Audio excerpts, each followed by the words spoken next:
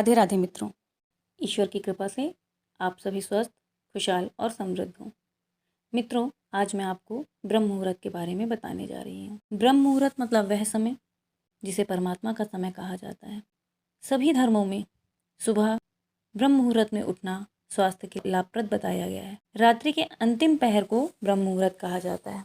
हमारे शास्त्रों और धर्म में ऋषि मुनियों ने इस मुहूर्त का बेहद विशेष महत्व बताया है। उनके अनुसार इस समय निद्रा का त्याग सर्वोत्तम होता है। ब्रह्म मुहूर्त में उठने वाला व्यक्ति सौंदर्य, बल, विद्या, बुद्धि और स्वास्थ्य को स्वतः ही प्राप्त कर लेता है। ब्रह्म मुहूर्त रात्रि के अंतिम पहर को कहा जाता है।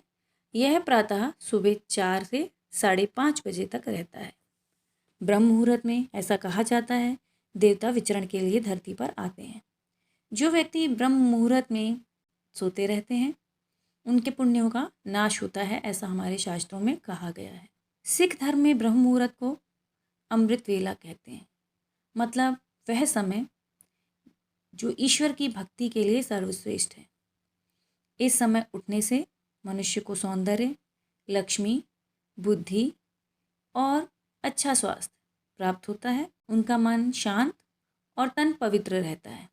ब्रह्म मुहूर्त में उठना जहाँ शारीरिक स्वास्थ्य को लाभ पहुँचाता है, वहाँ यह आध्यात्मिक और मानसिक दोनों तरह के स्वास्थ्य के लिए भी बेहद अच्छा होता है। जो व्यक्ति ब्रह्म मुहूर्त में उठते हैं वो दिन भर स्फूर्ति उनमें बनी रहती है।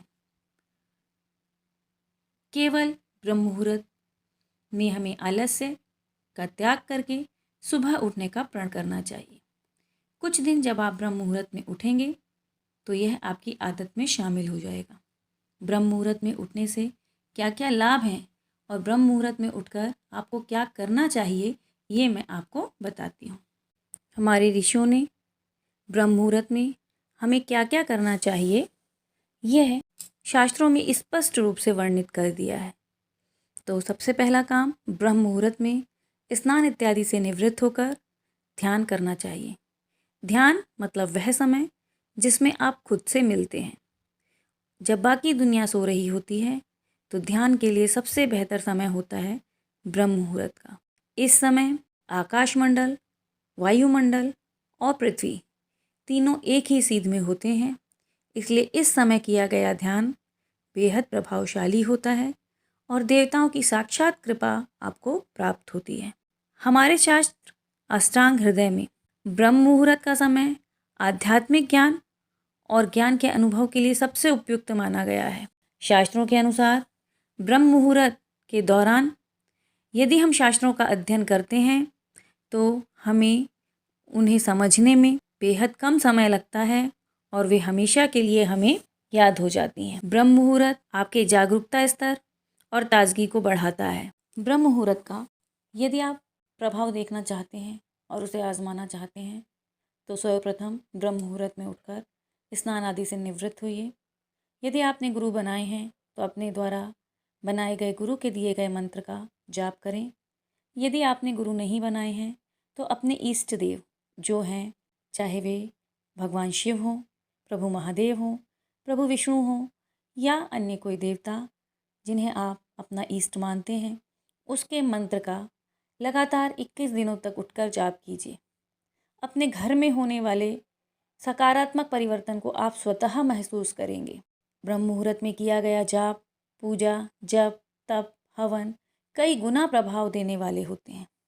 जहाँ हमारे शास्त्रों में हमें यह बताया गया है कि ब्रह्म मुहूर्त में हमें क्या क्या करना चाहिए, उसी तरह हमारे शास्त्रों में यह भी वर्णित है कि ब्रह्म मुहूर्त में कौन कौन से कार्य वर्जित होते हैं। तो चलिए अब आप ध्यान से सुने कि ब्रह्म मुहूर्त में हमें क्या क्या नहीं करना चाहिए। इस मुहूर्त में नकारात्मक विचारों को अपने मन में कभी भी नहीं लाना चाहिए। इस मुहूर्त में संभोग करना वर्जित है।